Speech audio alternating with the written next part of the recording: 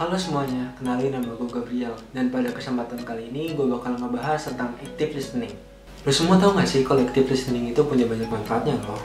Yang pertama, misalnya dalam sebuah hubungan nih ya, active listening itu bisa ngebuat lo memahami sudut pandang orang lain dan merespon dengan empati.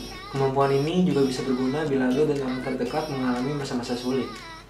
Orang-orang terdekat lo yang hanya ingin didengarkan akan merasa terbantu dengan kemampuan ini. Terus kalau misalnya dalam pekerjaan, kemampuan mendengarkan secara aktif sangat penting bila Anda berada dalam posisi pengawasan atau sedang berinteraksi dengan kolega. Active listening juga bisa membuat lo memahami permasalahan yang sedang terjadi di kantor gitu deh.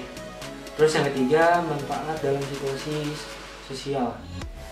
Misal, dengan active listening, lo bisa tahu cara terbaik untuk berkenalan dengan orang. Jadi lo nggak punya gengsi. Saat lo menjadi pendengar yang baik, dia bakal nyaman dekat sama lo dan dia bisa terbuka sama lo. Gitu. Jadi lo bakal dekat sama orang. Terus apa aja sih tips-tips yang bisa kita lakukan agar menjadi active listening? Yang pertama, tatap mata dan pertahankan kontak mata. Jadi usahain sebaik mungkin lo lihat mata dia, lo fokus ke matanya dan jangan fokus kemana-mana. Jadi dia tuh bakal ngerasa nyaman dan merasa diperhatikan sama lo sebagai pendengar. Terus yang kedua, perhatikan dengan santai.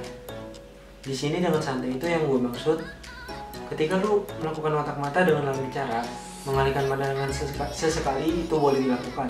Tapi lo harus bisa mengabaikan gangguan yang potensial seperti kebisingan tempat dan akses pembicara.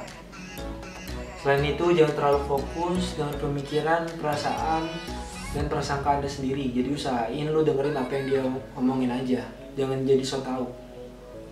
Terus yang ketiga, berpikirlah secara terbuka dengan lawan bicara lu tanpa memberi penilaian.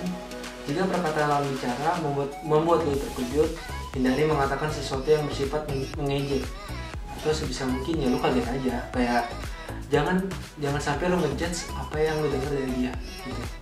Terus selain itu, mendengarkan tanpa melompat ke kesimpulan juga penting dilakukan. Jadi usahain lu harus dengerin dia ngomong sampai habis. Jangan pernah lu motong dia ngomong gitu. Terus lu hanya perlu memahami perkataan lawan bicara dengan mendengarkan secara seksama. Yang keempat, dengarkan dan visualisasikan perkataan lawan bicara. Otak yang fokus akan mampu memvisualisasikan perkataan lawan bicara. Memfokuskan diri pada kata-kata lawan bicara juga penting dilakukan.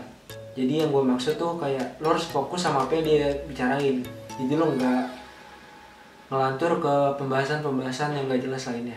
Terus yang kelima ada jangan menginterupsi dan memberi solusi. Jadi kayak yang gue bilang tadi, lo harus bisa dengerin dia sampai habis dulu. Dan kalau misalnya dia minta kesimpulan atau dia minta solusi ke lo, lo baru boleh nyampein aspirasi lo gitu.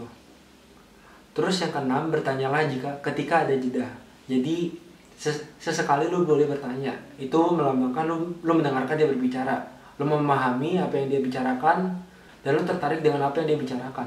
Yang ketujuh, hindari pertanyaan yang mengalihkan topik utama. Jadi usahain kalau lu nanya, lu nggak boleh ngejauh dari topik. Jadi lu jangan basa-basi nanya-nanya ke hal yang lain. Terus yang kedelapan ada berempatilah. Jadi lu harus berempati. Jadi lo harus punya kayak rasa ingin ngebantu gitu. Lo punya rasa keibaan buat dengerin apa masalah si pembicara. Terus yang kesembilan, berikan umpan balik. Umpan balik baik perkataan maupun bahasa tubuh yang relevan dengan perkataan pembicara atau temen lo akan menunjukkan bahwa Anda memahami percakapan. Jadi kayak misalnya kalau misalnya dia cerita sedih terus lo peluk dan berbagai hal lainnya. Terus yang terakhir ada perhatikan isyarat nonverbal. Kayak misalnya dia antusias atau dia sedih atau pokoknya perhatiin gerak tubuhnya sama ekspresinya. Itu bisa ngebantu lu buat yang tadi yang kesembilan, yaitu memberikan umpan balik. Jadi lu tahu apa yang harus lu kasih ke dia, apa yang harus lu feedback ke dia. Jadi lu nggak bingung buat ngambil kesimpulan gitu kalau dia minta. Ya itu saja yang bisa gue berikan. Kurang lebihnya mohon maaf. Terima kasih.